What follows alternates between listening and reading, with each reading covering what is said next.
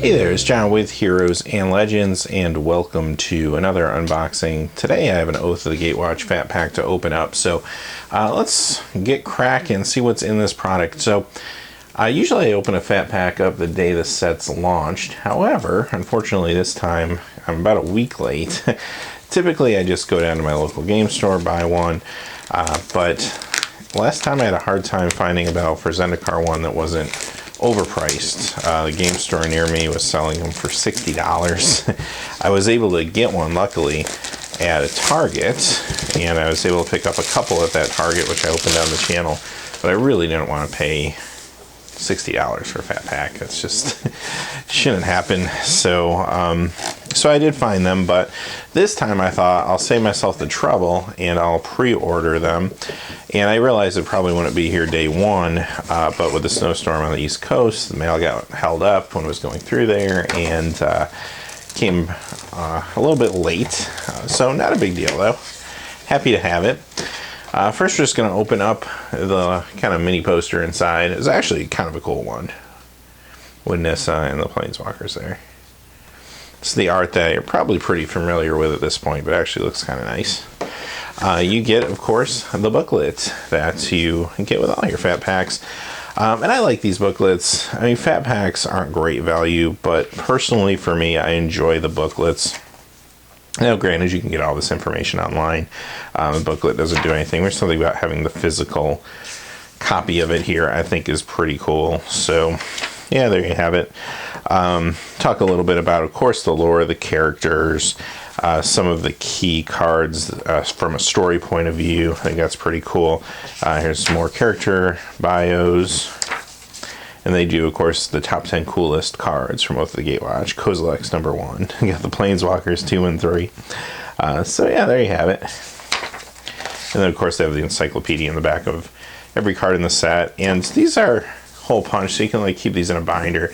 It's kind of cool if you want a paper resource. Now, granted, you can look all this stuff up online on the Gather or whatever. But I don't know, I just kind of like looking at these things, especially for older sets. So you get that. Of course, you get your card box, which doesn't hold a tremendous amount of cards, but it's convenient if you're carrying around a small amount of cards. And you get the paper deck boxes. I always say I'm not a huge fan of these. They don't really do much. They don't hold sleeved cards or sleeved decks or anything. But granted, I'm sure if they put something nicer in here, they charge you more, and I don't really want to pay any more than I'm already paying for this product. So yeah, there you have it. Those are fine considering the cost, I think. And then, of course, you get your packs, 9 packs, as well as spin down die, and you get the land pack, the infamous land pack. So let's open this first. We'll look at the spin down die. This time we get the black one. It does have the Oathgate symbol. When we opened our Fat Packs, we got both times got the red one. So yeah, you can take a closer look at that. Land pack. Since this is the first time opening an Oath Fat Pack, I did open the Battle for Zendikar Land Pack, the first Fat Pack of that set. This one, I'll open it up for you guys, if nothing else, just to show you the wastes, because that was one common question a lot of people had. Are wastes included in the Land Pack? And they actually are, according to the box. So, I'm nudging the camera. I'm trying to get the cellophane off. Alright, so there's our packs. Quickly, I'll just open this up so you guys can see the wastes that are in here. Let's see how many we get. I think it's like 12 or something. Alright, so you get, of course, full art lands, much like you got from the Battle for Zendikar Fat Pack, and good assortment of those. And here's your waste at the end here. So, not bad. Good variety of cards. So yeah, I mean, the reason I say infamous is, I mean, these land packs sell for quite a few bucks. People like the full art lands, and they do look nice. I mean, they're really awesome looking. Granted, I'll agree with that, but excuse me as I pivot everything a little bit, and we'll open the packs. But at the same time, I don't know, like, I just feel like it got a little out of hand for a while there. People just charging so much for these Fat Packs. But prices have come down. I haven't seen as much of that this time around. I think people are figuring out that the land, as cool as it is relatively easy to find. So it is, of course, in every booster pack. All those Battle for Zendikar Fat Packs, all the Oath Fat Packs, they've been out there. All right, just going to zoom in a little bit. And we'll go through our 9 packs, starting with this one. So, as always, I'll just kind of go sort of quick through the commons. We'll spend a little more time on the uncommons and the rare. And we'll see what we get out of this Fat Pack. See if it's a good value Fat Pack for us. All right, Meandering River is our first uncommon. Grip of the Royal. Rune in their wake. And an Eldrazi Mimic, which is a card I like. Oh, we got a foil. Witness at the end. I noticed the foil treatment in Oath seems to be pretty strong, like very dark, really nice looking foils. So I haven't noticed any damage on them, so that's good. All right, pack 1. But Eldrazi Mimic, it's a card I kind of want to play with. I like it as a 2-drop. I mean, it's not the best card in the world, but considering it only costs 2 to cast, it's actually kind of awesome. And it's 2 generic mana, not colorless, so it kind of fits into decks pretty easy. Start off with a classic there, Negate.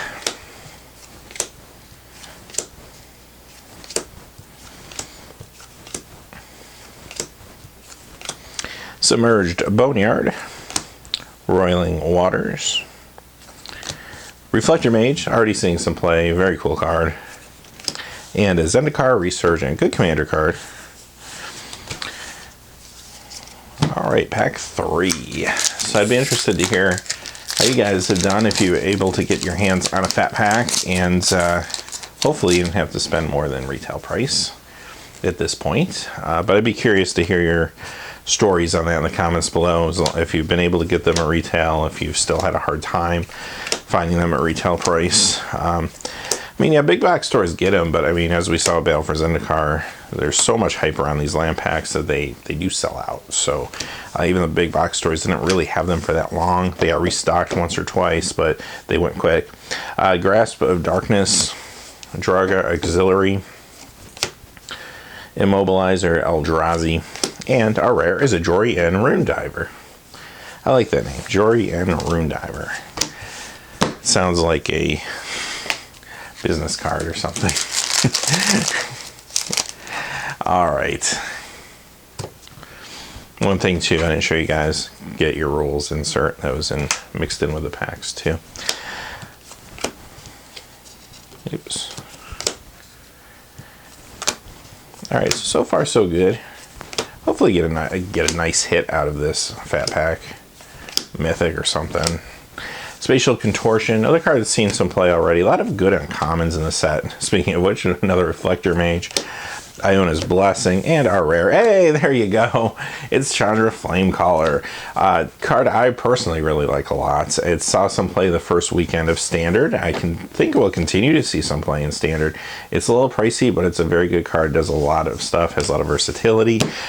So yeah, that's a nice pull right there. So if that's all we get out of this Fat Pack, I'll be pretty happy with that. Definitely a card I want to try out and play with for myself and see how it plays. Expedite, that's a common, but it's seen some play this past weekend.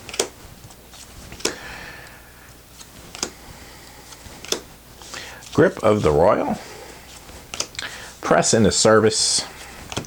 Void Grafter, and our rare is a Remorseless Punishment. Got one of those in one of our pre-release packs as well. All right, 4 more packs to go.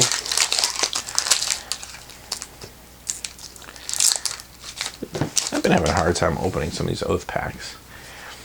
I always find, I say this sometimes on these videos, the light colored packaging seems to be harder to tear than like dark color packaging. Like when Innistrad comes out, I'm sure it'll be all like black and grays. Those things will crumple in your hands, but this light color, for whatever reason, like I have a hard time splitting it. All right, Meandering River, Roiling Waters, Iona's Blessing, and our rare is a Stoneforge Masterwork. That's actually a pretty cool card. Another card I'd really like to try out and see how it plays, but definitely has the potential to be very powerful. It's going to be great in any tribal build, of course, and good commander card. All right, 3 packs to go. pretty happy with our pulls so far. We got some good rares, and I'm very happy pulling a Chandra, so that's actually kind of awesome. I'm kind of hoping this is a really good Chandra. I feel like Chandra's just been some decent Chandras. Some people are kind of hard on her cards in general, but I'd really like one that's just amazing.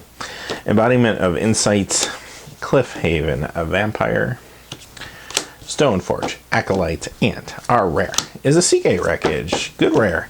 Another card that I'm very excited to kind of see where this one goes. I think it has the potential to be very powerful, but remains to be seen. Has to be tested first, right? But I did see some scattered around in certain decks the first weekend of the new standard, so we'll see if that continues. All right, second to last pack here. Pretty good fat pack so far. Grasp of Darkness. This is another card that's also seen some play in standard, just because there's not a lot of great removal, so this is pretty good. Belith Null, Immobilizer, Eldrazi, and our rare. Hey, well, all right, there you have it. So I always say this happens to me every time, that whenever I open a fat pack, I always get two of at least one card, and it's usually not a great card. So this time I got two Chandras in one fat pack. That's fantastic. I'm on my way to building a Chandra deck, I guess. So I don't know how viable that will be, but there you have it. That's actually kind of awesome. So huge pulls there. This is our last pack, so no matter what it is, I can't say that I'm upset with this fat pack. So very good fat pack.